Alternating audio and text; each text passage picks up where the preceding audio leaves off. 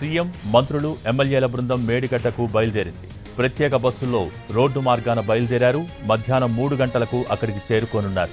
ప్రాజెక్టుతో పాటు కుంగిన పిల్లర్స్ను సీఎం, మంత్రులు పరిశీలిస్తారు. అక్కడ ప్రభుత్వం పవర్ పాయింట్ ప్రజెంటేషన్ ఇస్తుంది. కాళేశ్వరం ప్రాజెక్టులో అంతర్భాగమైన మేడిగడ్డ ఎలా కుంగింది, విజిలెన్స్ నివేదిక ఏం చెబుతోంది అనే అంశాలపై ఇరిగేషన్ శాఖ మంత్రి Uttam Kumar Reddy power point presentation ఇస్తారు. అనంతరం సీఎం రేవంత్, ఉత్తమ్ మీడియా సమావేశం నిర్వహిస్తారు.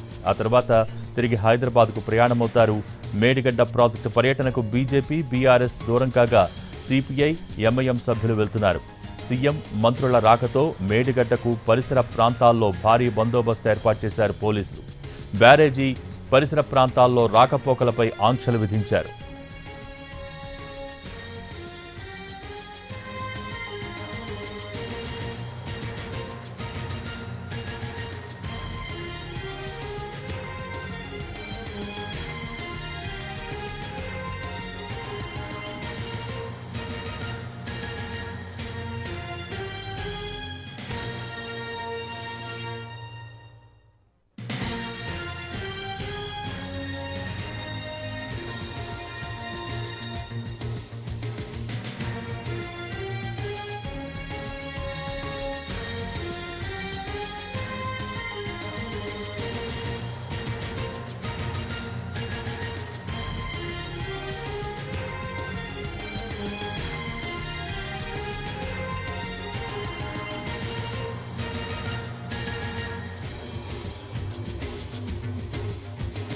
సీఎం, మంత్రులు, ఎమ్మెల్యేల బృందం మేడిగడ్డకు బయలుదేరింది.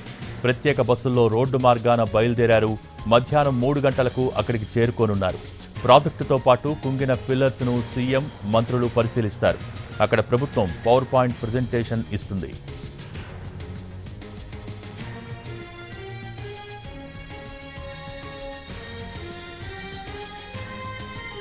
కాళేశ్వరం ప్రాజెక్టులో అంతర్భాగమైన మేడిగడ్డ ఎలా కుంగింది, విజిలెన్స్ నివేదిక ఏం చెబుతోంది అనే అంశాలపై ఇరిగేషన్ శాఖ మంత్రి Uttam Kumar Reddy power point presentation ఇస్తారు. అనంతరం సీఎం రేవంత్, ఉత్తమ్ మీడియా సమావేశం నిర్వహిస్తారు. ఆ తర్వాత తిరిగి హైదరాబాద్కు ప్రయాణమవుతారు. మేడిగడ్డ ప్రాజెక్టు పర్యటనకు బీజేపీ, బీఆర్ఎస్ దూరం కాగా సిపిఐ, ఎంఐఎం సభ్యులు వెళ్తున్నారు. సీఎం, మంత్రుల రాకతో మేడిగడ్డకు పరిసర ప్రాంతాల్లో భారీ బందోబస్తును ఏర్పాటు చేశారు పోలీసులు.